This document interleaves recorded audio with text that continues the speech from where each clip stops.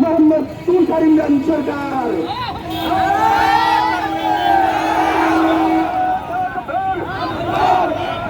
আলহামদুলিল্লাহ অনুযায়ী সে সময়ের মধ্যে আমরা আজকে অনুষ্ঠানের আয়োজন করেছি বিকাল থেকে নিয়ে সন্ধ্যা পর্যন্ত। দেখা যাবে এইটুকু সময়ের মধ্যে বাংলাদেশে কোনো না কোনো একটা জায়গায় কোনো একটি মা বলে নির্যাতনের উপরে হিংস্র ছাপা পড়ে গিয়েছে। উপস্থিতি এই ধর্ষণ করে কারা? ধর্ষণের সমস্ত রিপোর্ট যদি আপনি অ্যানালাইসিস করেন, ডেটাবেস যদি আপনি চেক করেন, ধর্ষণকারীর মূল উপাদান নিয়ামক সূত্র হলো দুইটি, একটি হলো মাদক এবং একটি হলো পাওয়ারফুল নেতা। কথা বলছি সে জানে আমার কিচ্ছু হবে না, সে জানে আমার কিচ্ছু হবে না, কারণ আমার পিছনে পাওয়ারফুল নেতা আছে।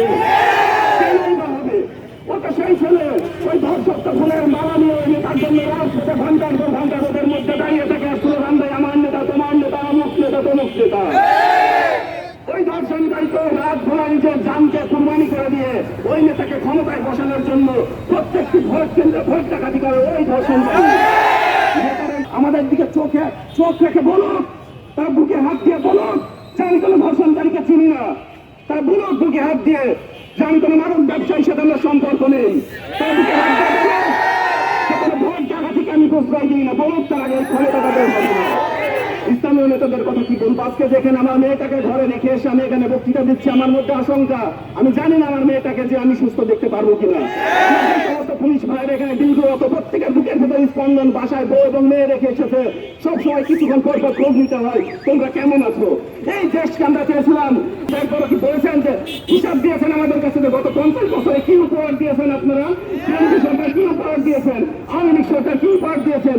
মাননীয় প্রধানমন্ত্রী আমি সম্মান রেখে বলছি, গত পরশুদিন সংবাদ সম্মেলনে আপনি গণমাধ্যমে বলেছেন, গণভবনে আপনি বলেছেন তারা নির্যাতিত হচ্ছে সমস্ত মেয়েদের জন্য আমার কষ্ট হয়, আমার বুকের ভেতরে নাড়া দেয়। মাননীয় প্রধানমন্ত্রী নাড়া আমাদের বুকের ভেতরেও দেয়। আমাদের মা, আমাদের বোন, আমাদের কন্যা এই নাড়া দেয় বলে আজকে সমস্ত কাজ ফেলে দিয়ে, জরুরি কাজ ফেলে দিয়ে আজকে চৌরাস্তা মোড়ে এখানে মাইক হাতে ভাষণ দিচ্ছে।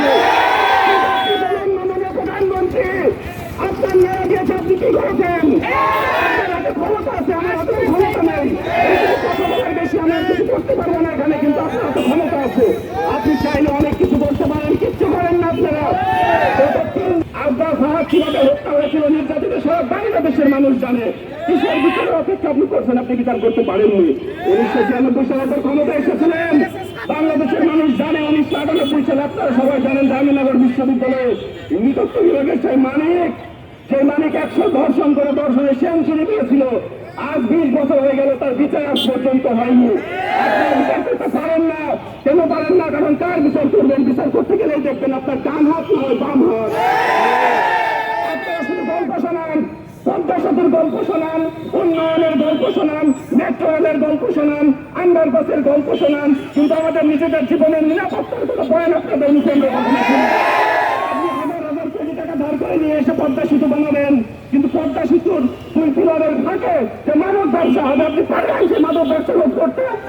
পদ্মা সেতু কংক্রিটের উপর দিয়ে আমার বোনের নিরাপত্তা দিতে পারবেন যে এই মাথা থেকে ওই মাথা পর্যন্ত সেতু আমার বোন হেঁটে যাবে, অথচ তার কিছু হবে না, নিরাপত্তা আপনি দিতে পারবেন না। এই সমস্ত উন্নয়নের গল্প বাদ দিয়ে আমাদের জীবনে এবং আমাদের মা বোনের উচ্চতার নিরাপত্তা দান করুন। আমি আলোচনা শেষ করতে